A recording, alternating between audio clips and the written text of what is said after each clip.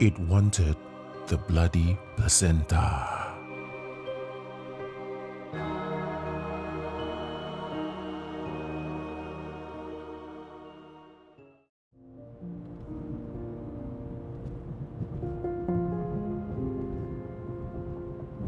Khalid sat beside his sister at the passenger seat and stared out the window as she expertly maneuvered her car along the peak hour traffic.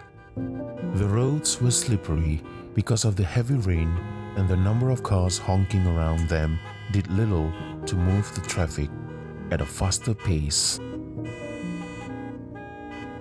They had just left the hospital where his wife had given birth to his firstborn, and the day's excitement was beginning to take its toll on him. He sat back and closed his eyes. The rain pattered steadily on the roof of the car, and the comfort of the air conditioning lulled him to sleep. Hey, remember to put it straight into the fridge. Do not leave it outside, okay? Tomorrow you can clean and bury it at the location Ayah told us. You hear me? Amina's words were floating about him. He could hear her voice, but he could not make out what she was trying to say. In his groggy state, he just mumbled unintelligibly and kept his eyes closed. It was almost 9 at night when they reached the car park of his house.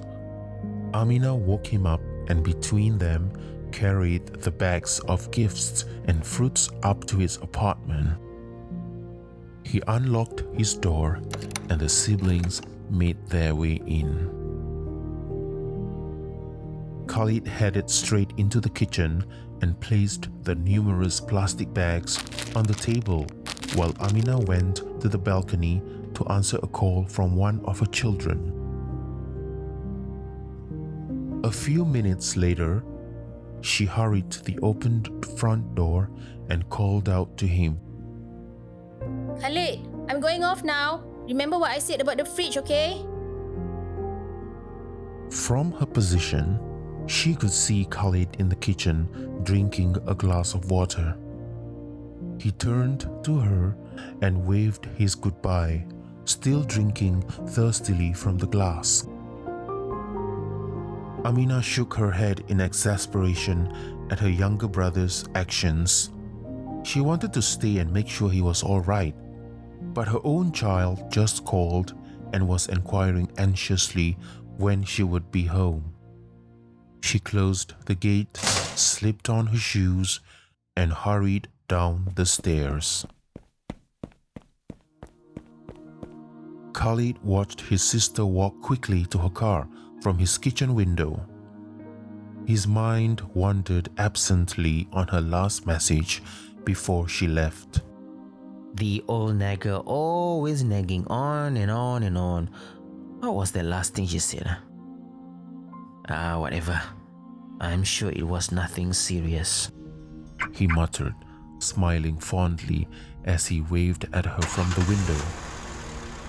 Despite her naggings, he loved his eldest sister to bits, and he was glad that she had offered to drive him home after spending the whole day at the hospital. The rain had long stopped, and he breathed in the cool, crisp air. Turning away from the window, he walked to the refrigerator and opened its door. Now, what did she mean by the fridge? I recalled she said something about a fridge. Khalid had a hard time trying to recall his sister's words, but almost immediately forgot when his stomach growled and the fridge had nothing immediately edible, not even any leftovers.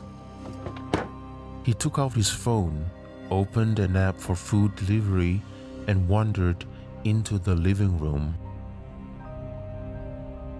While waiting, he turned on the television and settled on the couch.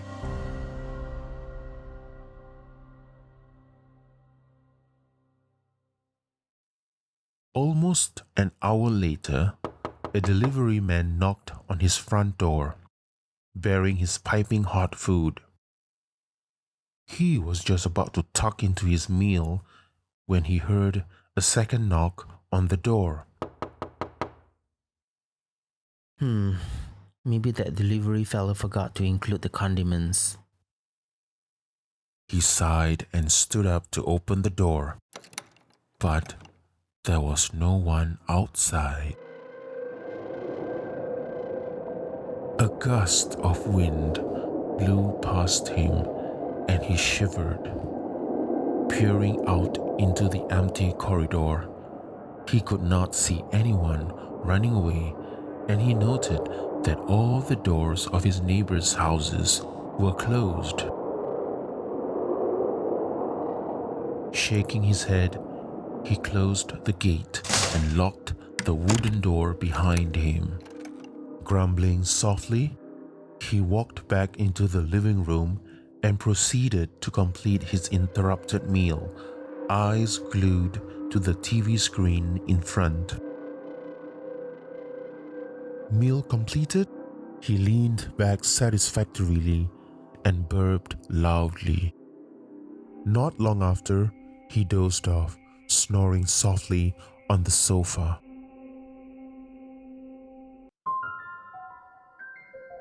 He awoke with a start and rubbed his neck. It was cramping badly from the awkward sleeping position, and he stood up to switch off the TV. That was when he heard a rustling sound in the kitchen. Groggily, he called out, Milah, is that you? and then he caught himself. Of course, it would be Milah, his wife, since there were only two of them in this house, and he smiled. Then it slowly dawned on him that Milah was at the hospital, and that he was very much alone at that moment. Slowly, he stood up and crept towards the kitchen.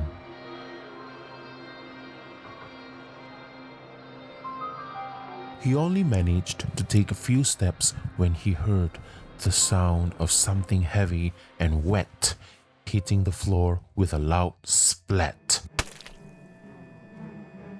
Groping for the switch near the doorway of the kitchen, he hit the lights and reeled with the shock of the sight before him.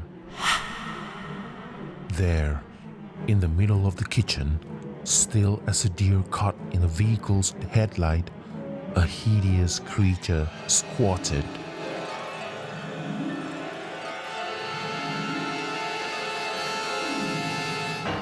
Hair covering half its grotesque face, thick mucus-like substance dripped from its twisted mouth. Red, bloodshot eyes looked up at him as if boring a hole into his soul. One bony hand held onto a red, wet, slimy plastic on the floor.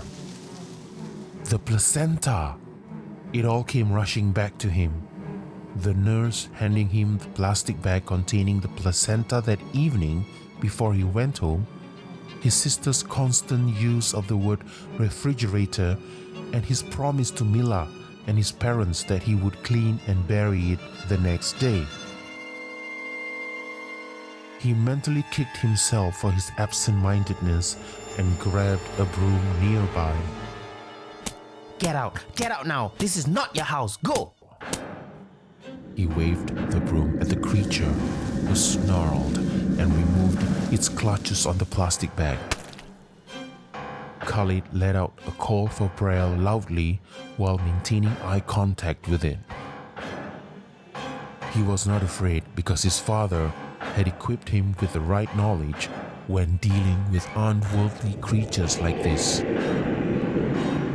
With a loud grunt, he turned and fled out through the open window and disappeared into thin air. Khalid quickly closed the kitchen window and turned his attention to the floor. The plastic bag and its contents were still intact, He took a container and pushed the wet bag inside. He then opened the refrigerator, shoved the container into the freezer compartment, and slammed the door shut. Leaving the kitchen lights on, he padded back into his bedroom and locked his door. The tapping on his bedroom window came shortly after and lasted until the wee hours of the morning, when he finally fell into a fitful sleep.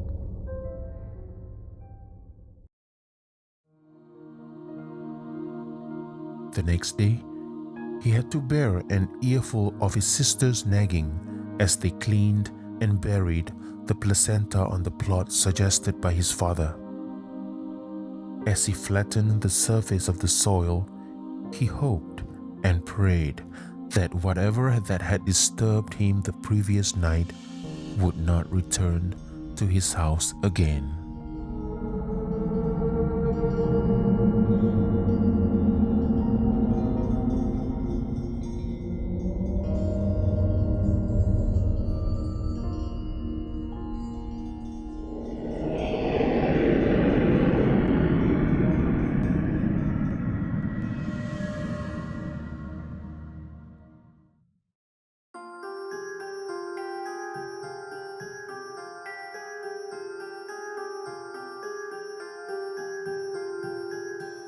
So, what do you think? Did something follow them home? Did Khalid unwittingly invite the creature in when he answered the door?